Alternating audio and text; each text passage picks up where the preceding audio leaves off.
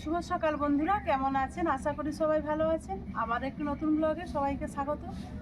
এখন সকাল 6:30 বাজে। এখন থেকে ব্লগটা শুরু করলাম। সকাল সকাল মর্নিং ওয়াক করে চলে এসেছি। শরীরে চার্জ নিয়ে নিয়েছি, সারাদিন এবার চলতে থাকবে। আজকে আমার ছোটো বেটু বাড়ি আসবে, বড় বেটু বাড়ি আসবে, ঘর একবারে ভরে যাবে। ছোটো বেটুরা ওই 8টা-9টার মধ্যেই চলে আসবে, আর বড় বেটু দুপুর আসবে। আর ক্লাস আছে, ক্লাস সেরে আসবে, আর বাবা আনতে যাবে। আর আপনারা ব্লগটা প্রথম থেকে শেষ অবধি দেখবেন, আশা করি সবার ভালো লাগবে। ওরা তো চলে এসেছে, যে মুড়ি খাচ্ছে। আমি এই যে রান্না বসিয়ে দিয়েছি, গ্যাসে ডালটা বসিয়েছি, আর ভাতটা ফুটে যেতে নাম করি। এই যে শাকটা ভেজে নেব।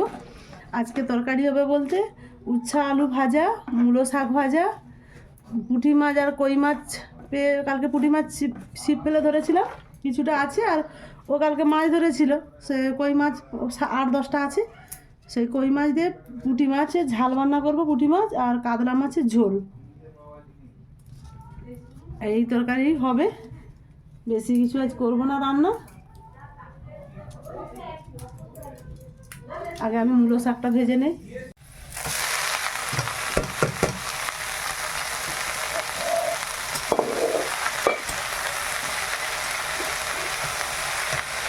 আমার বড়মশাই গেছে বেটুকে আনতে, আমার ছেলেকে দিয়ে এক্ষুনি ফোন করলো যে পৌঁছে গেছে। ওরা 12টার দিকে চলে আসবে।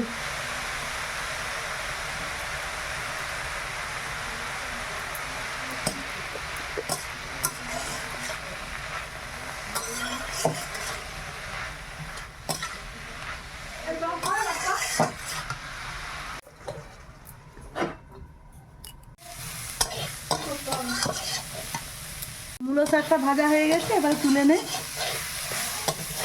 কালকে আমি ছিপ ফেলে ধরছি তোমার জন্য, তাহলে এসে খেতে খেতে পছন্দ করে। ও সব তো পায়নি সেখানে। এবার উচ্ছা আর আলুটা ভেজে নেব। এটা একটু বেশি করে তেল দিলাম, ছেঁকে নেব পুরো।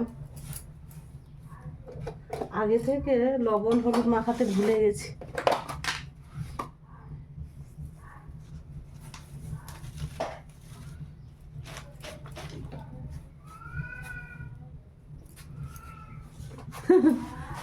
সে আয় চলে যাচ্ছে। এখন সবার কাছে চলে যায় না।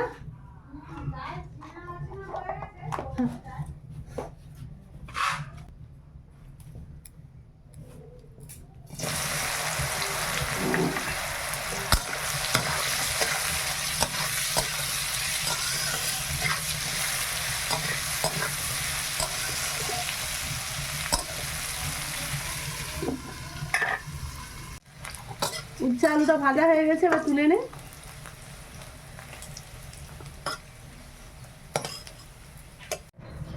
শাক ভাজা আর উচ্ছা ভাজা তো হয়ে গেছে, উচ্ছা আলু ভাজা। এইবার আমি মাছটা ভেজে নেব। অনেক বড় সাইজের কাতলা মাছ ছিল, সেখান থেকেও 600 গ্রাম নিয়েছি। তারপরে দুয়ারে নকুল এসেছিলো, তার কাছ থেকেও মাছ নিয়েছি, সেটা 1 কেজি আছে। সেটা আজ আর রান্না করবো না, কালকে রান্না হবে। মাছ ভাজা হয়ে গেছে, তুলে নেই।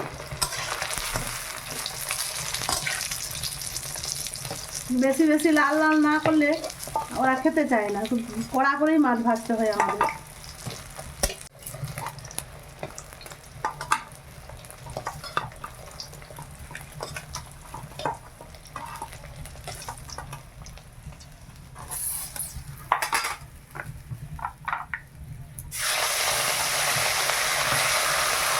মূলোটা নকুলোর কাছে যে মাছটা নিয়েছিলাম, তার সেই মাছের মূলোটা রেখে দিয়েছি, সেটা একটুকু দিয়েছিল।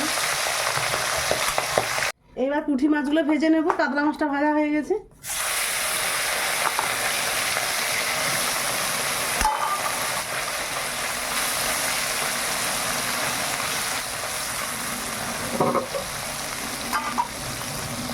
পুঁটি মাছগুলো ভাজা হয়ে গেছে, তুলে নে। আমার যা বলতেছে বলে দিদিভাই রান্না করছে, আজকে একটু ভালোভাবে খাবো।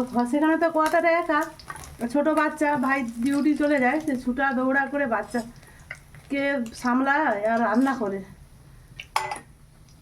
হয়ে গেছে মাছ ভাজা। আমি মাছের ঝোলের আলুটা লবণ হলুদ দিয়ে তেলে ভেজে নিই।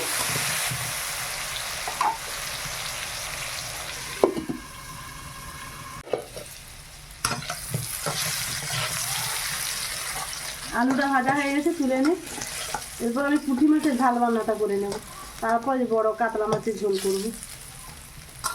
মিষ্টি কুমড়োর ফুল তুলে আনছিলাম, বড়া করব, কিন্তু আমার যা বলছে দিদিভাই আর রান্না করতে হবে না, অনেকগুলো তরকারি হয়ে গেছে, ফুলটা থাক।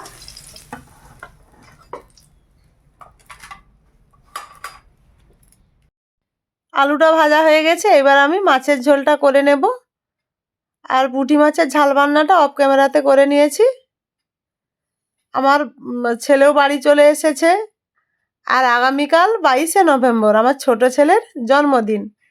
ছোট ছেলে দেখতে দেখতে 1 বছর হয়ে গেল, তাই বাড়ি এসেছে, কালকে খুব আনন্দ হবে। পেঁয়াজটা ভাজা হয়ে গেছে, এবারে আমি আদা রসুন বাটাটা দিয়ে দিলাম।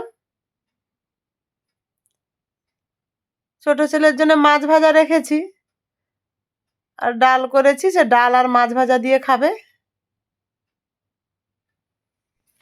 আদা রসুনটা ভাজা হয়ে গেছে, এবার আমি হলুদ গুঁড়ো দেব আর লঙ্কার গুঁড়ো দেব। আমি টমেটো কাটতে ভুলে গেছি, আমার যাকে বললাম যে তনু টমেটোটা কেটে দাও না, ও টমেটোটা কেটে দিচ্ছে। এবারে আর বেশি দিন থাকবে না, ওরা আজকে তো শুক্রবার এসেছে, 21শে নভেম্বর ওরা বাড়ি এসেছে। 22শে নভেম্বর ছোট বেটুর জন্মদিন, মাঝে আর শনিবার দিন ওর জন্মদিনটা পড়েছে এবছর, আর রবিবার দিন আমাদের একটা নিমন্ত্রণ বাড়ি আছে, যাব, আর সোমবার চলে যাবে সকালে।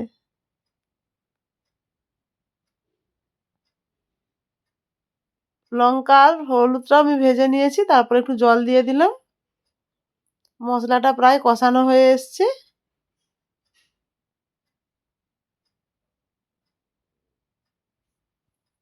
মশলাটা ভাজা হয়ে গেছে, এবার টমেটোটা দিয়ে দিলাম।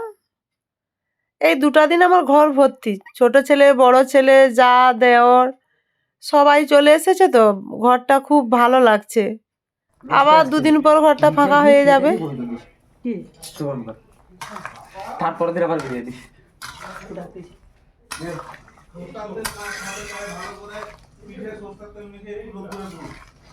আমি বলছিলাম না আসলে তেল মাখাবো।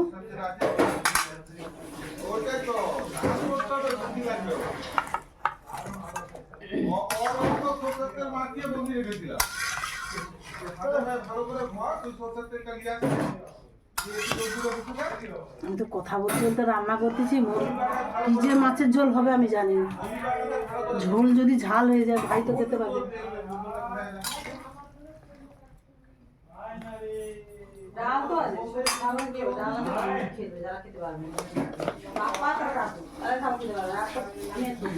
না বাপ্পা খেয়ে নেয়, ওদের ভাইটা গেলেই চিন্তা আর কি। হ্যাঁ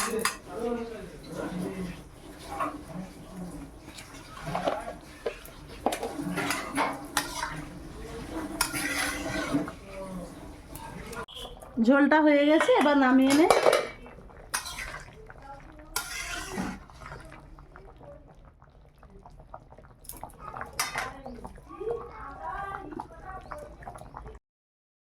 ঝোলটা রান্না হয়ে গেছে, এবার নামিয়ে নেব।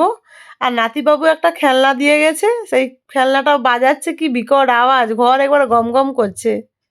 চলুন, এই যে আমার ছোট ছেলে, ছোট বেটু আধো আধো কথা বলতে শিখে গেছে।